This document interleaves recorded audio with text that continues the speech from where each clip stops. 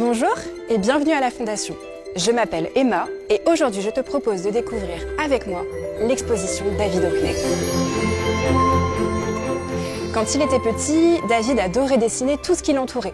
Ce pouvait être sa famille, ses amis, mais aussi la nature autour de lui.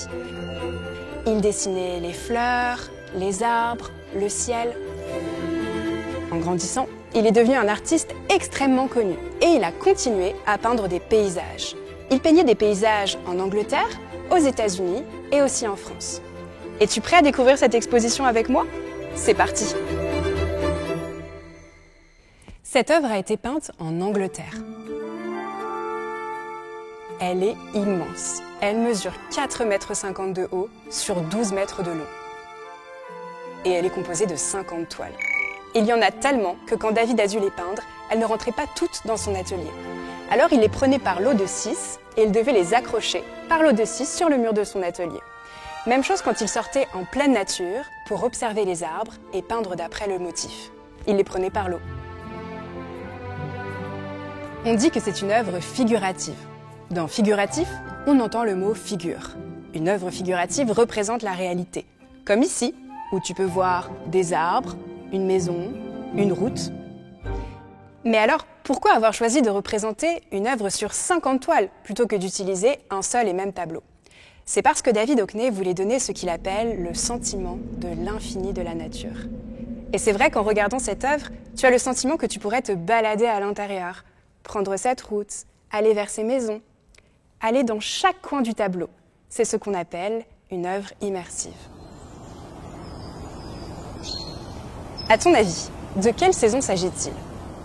À en croire les arbres qui ont perdu leurs feuilles et le ciel gris, il devrait s'agir de l'hiver. Mais sois attentif aux petites fleurs qui sont dans le bas de l'œuvre. Ce sont des jonquilles et elles annoncent l'arrivée du printemps.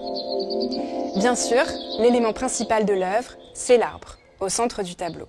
C'est autour de lui que s'organise toute la composition.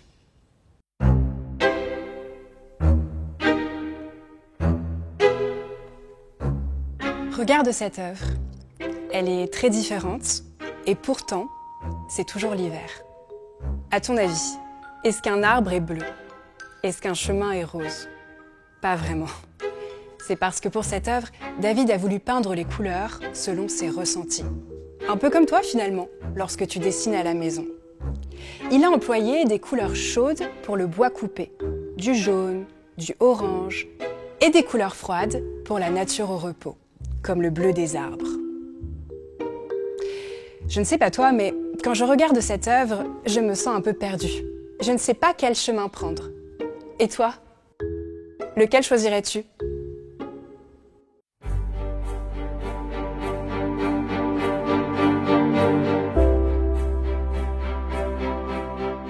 Plus tard, David s'installe en Normandie, dans son domaine de la Grande Cour, en France. Il a une grande maison, un immense jardin, beaucoup d'arbres et même une cabane. Il se lève à 6 h du matin et passe la journée entière à peindre dans son jardin, parfois jusqu'à la tombée du jour. Souvent, il représente le même endroit par différents temps. Il lui arrive de peindre le brouillard, la pluie, la luminosité changeante ou un grand ciel bleu. C'est ce qu'on appelle une série. Sais-tu ce qu'est une série? Une série, ce sont plusieurs œuvres qui forment un ensemble, un peu comme les chapitres d'un même livre.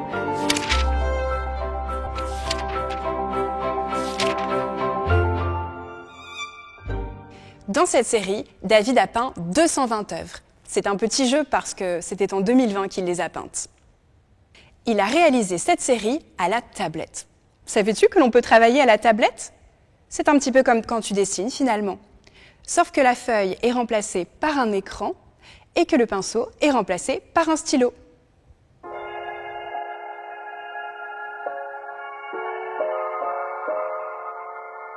Pour cette œuvre, David s'est levé en pleine nuit et a pu capturer la lune grâce à sa tablette éclairée. Comme tu le vois, il a voulu représenter ce qu'on appelle une superlune, ce moment où la lune est si proche de la Terre qu'on dirait qu'elle est plus grosse. Ici, la lune est l'élément principal de l'œuvre. Les arbres ne sont là finalement que pour montrer à quel point elle est grande en comparaison. Pour reproduire cette ambiance nocturne, ici, nous sommes plongés dans la nuit. à une heure où normalement on devrait être couché. Merci d'avoir suivi ma visite. J'espère que tu as passé un bon moment. Et l'exposition David Hockney dure jusqu'au 31 août. Alors qui sait, à bientôt peut-être!